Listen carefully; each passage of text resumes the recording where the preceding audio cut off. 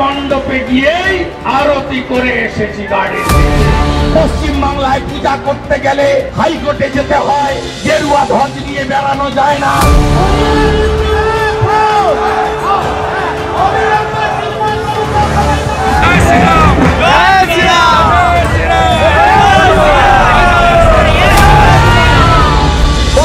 ভাগ হিন্দুকে এক করেছিলাম।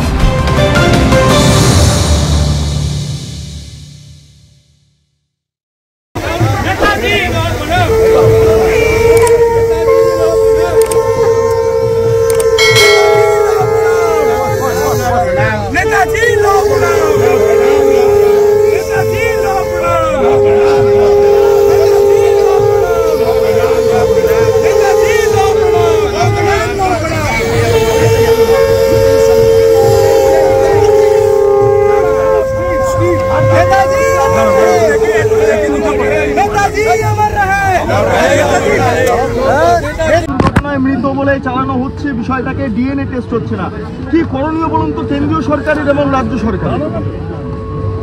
দেখুন, একটি অমীমাংসিত বিষয় এবং এটা নিয়ে যথাযথ উদ্যোগ গ্রহণ করুন সবাই।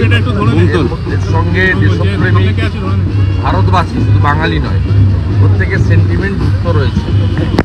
তো আমরা মনে করি যে নেতাজি সুভাষচন্দ্র বসু তাকে সরিয়ে দেওয়া হয়েছে বা আড়াল করা হয়েছে বা জানি না আমরা, অমীমাংসিত বিষয়। তিনি যদি সশরীরে সম্মুখে থাকতেন, ভারতবর্ষের প্রথম প্রধানমন্ত্রী তিনি হতেন এবং ভারতবর্ষের প্রথম প্রধানমন্ত্রী তিনি হলে অখণ্ড ভারতের স্বপ্ন পূরণ হতো এবং আজকে ভারতবর্ষে যে সামাজিক ব্যাধিগুলো গ্রাস করেছে তার মধ্যে এক হচ্ছে দারিদ্র, দুই হচ্ছে বেকারত্ব, তিন হচ্ছে প্রাতিষ্ঠানিক দুর্নীতি এবং চার হচ্ছে আমাদের দেশের অভ্যন্তরে থেকে দেশের বিরোধিতা করা, দেশকে দুর্বল করার যে প্রয়াস, এটা করতে পারত না যদি নেতাজি সুভাষচন্দ্র বসু ভারতবর্ষের প্রথম প্রধানমন্ত্রী হতেন। এটা ভারতবাসী হিসেবে আমাদের প্রত্যেকের অনস্বীকার। সঠিকভাবে খোঁজা উচিত ছিল সেই সময়, কি অনুসন্ধানে বিতর্কে যাব না। এটা প্রত্যেকের আশা, প্রত্যেক ভারতীয়র আশা যে এই অমীমাংসিত বিষয়টি নিষ্পত্তি হওয়া দরকার আছে। যারা সংশ্লিষ্ট ব্যক্তি বা যাদের হাতে সংবিধানের দায়িত্ব আছে, সে কেন্দ্রের সরকার হতে পারে, রাজ্যের সরকার হতে পারে, পার্লামেন্ট হতে পারে, অ্যাসেম্বলি হতে পারে, তাদেরই বিষয়টা দেখা উচিত। এই সেন্টিমেন্টটা প্রত্যেকটা ভারতীয়। তবে আমি ধন্যবাদ জানাবো, আমি ভারতীয় জনতা পার্টির বিধায়ক হিসেবে নয়, যে নেতাজি সুভাষচন্দ্র বসু একটা সময় বলেছিলেন দিল্লি চলো। স্বাধীনতার অনেকদিন পরেও দিল্লিতে নেতাজি সুভাষচন্দ্র বসুর কোনো চিহ্ন ছিল না।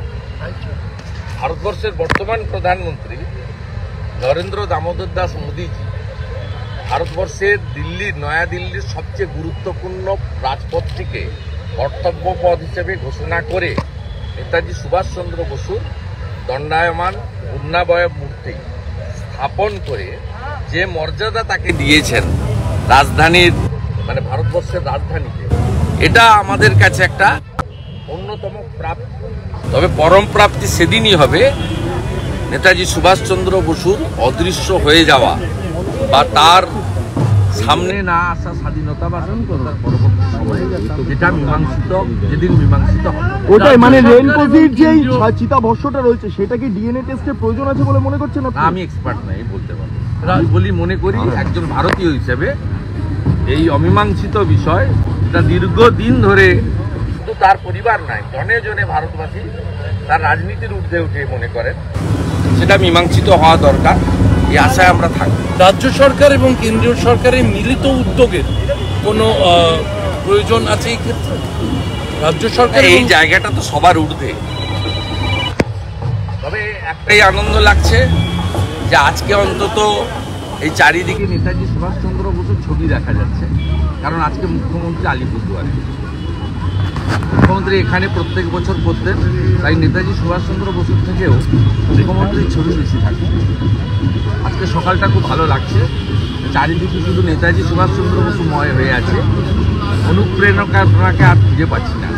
বলছি বাসন্তী এলাকাতে দেখা যাচ্ছে যে রান্নাঘর ভেঙে ICDS এর রান্নাঘর ভেঙে এখানে ভারতীয় জনতা পার্টির 27 অক্টোবর থেকে অদ্যাবধি মেম্বারশিপ হয়েছে। উনি পার্টির মেম্বার নয়। আপনাদের কাজ নেই তো কিছু মিডিয়ার এসব জিনিস করেন, কিছু জিনিস করেন। যাদের নিজেদের বুথে দুটো ভোট নেই তাদের সম্পর্কে প্রচার করেন আপনারা। আজকে সারাদিন নেতাজি করুন, অন্য কিছু করার আর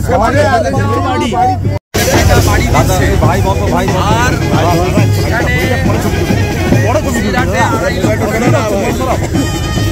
বড় বড় 5 তলা